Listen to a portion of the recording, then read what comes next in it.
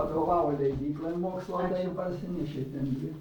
Tai va, tai tu visus ten, tai dabar šitą aš nemoku. Duok, va čia tarp megztinių jisai puikiai. Va, pasižiūrėk, čia niekas jam neatsirado. Maišiuką gal tai duok visgi. O ten parašyta, kaip juos auginti, aš net pažymėjau. Gerai, duok man maišiuką ko. Ai, maišiuką, tai tu pat.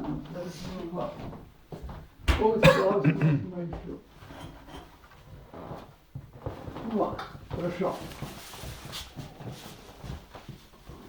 Dabar ką aš čia vystau. Tu šitą įsidėsiu. Tu norėjai dėl to medžio. Medžio mūsų čia va giminės šitos mūros.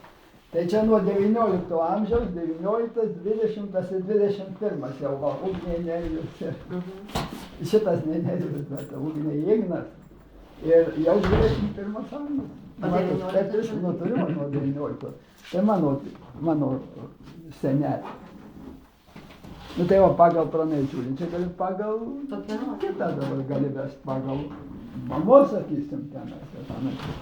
Nu tai bet jie va norėjai pabandyti, pažiūrėti, aš čia surašiau. Tai čia tam medžiai.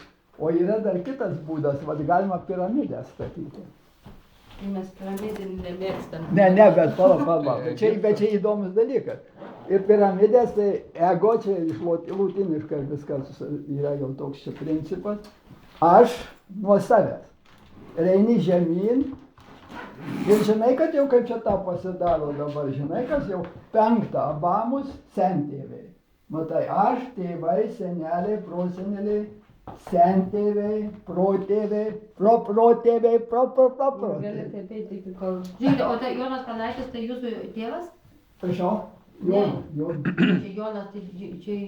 Čia Mėly broliukas šitam mūsų. Broliukas buvo 3 vaikai. Tai čia va senelis yra. Taip, čia va, tas senko čia gyveno. O čia yra jau Jonas. Ai, žiūrėk, pas jūs čia Jonai buvo? Ne, tai buvo daug. Kad vieną vardą vis... Nu, bet jau aš tai nežinot, ne? Tai tu nežinau, reikėjo čia ieškoti. Bet aš dabar vat mamos ten esu, suradau jau nuo 18 amžiaus.